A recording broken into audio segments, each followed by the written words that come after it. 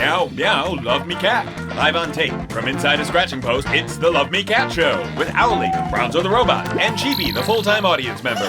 Today, Consultations with Clifford Johnson. And here's your embodied request for affection, Love Me Cat. Hi, Internet. We're here with Dr. Clifford Johnson of the University of Southern California, a noted physicist, string theorist, and graphic novelist. Welcome. Hi. Hi. Hi. So, Doctor, we're working on a science fiction film here, and we're hoping you could give us some of the actual science so that we don't look like idiots. Okay.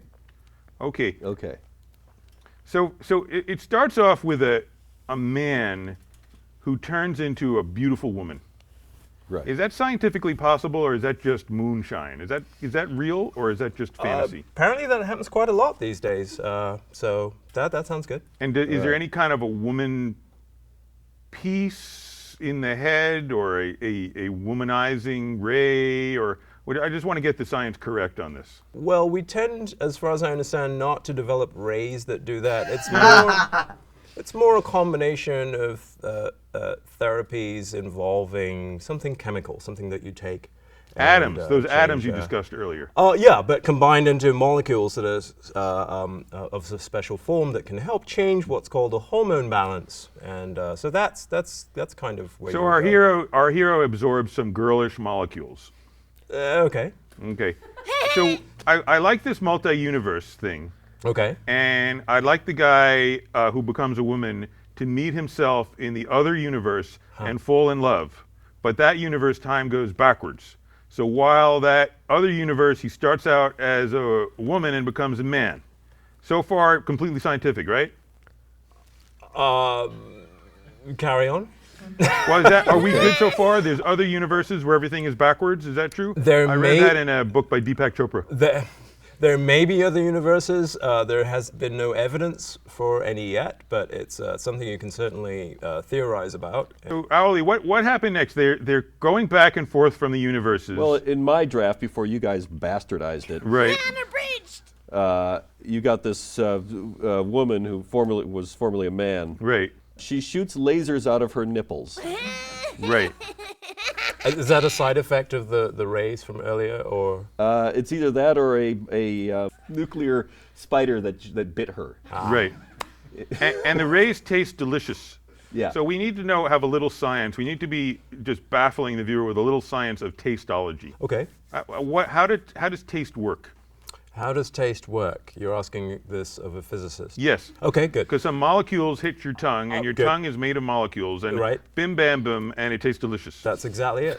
Really? You've nailed it. Yeah. Yeah. The Okay, we got molecules have a particular shape, and there are sensors or receptors on the tongue that are designed to get that particular shape, and the shape corresponds to a class of flavors, etc.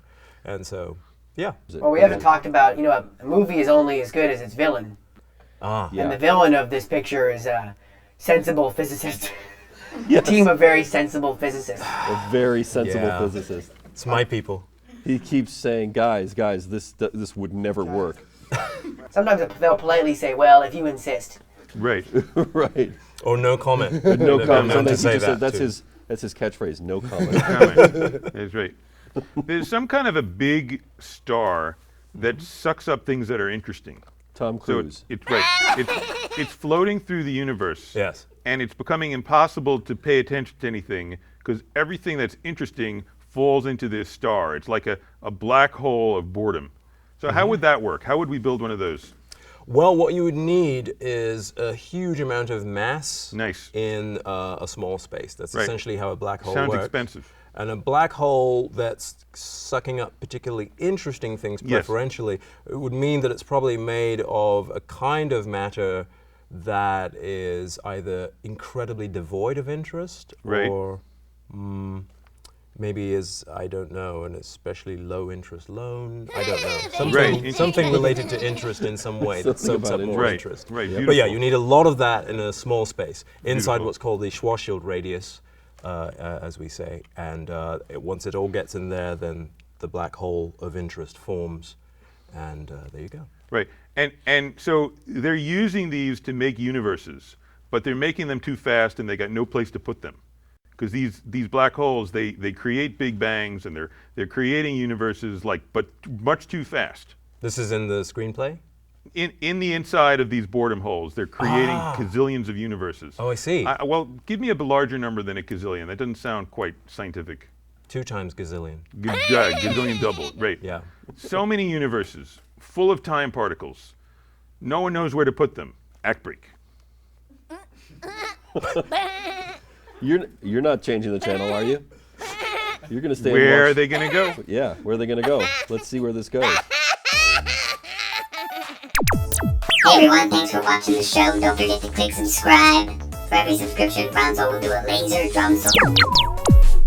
Leave a comment down below. Tell us what you liked, what you didn't like. If you're the first one to comment, make sure you comment first, so that everyone knows you were the first.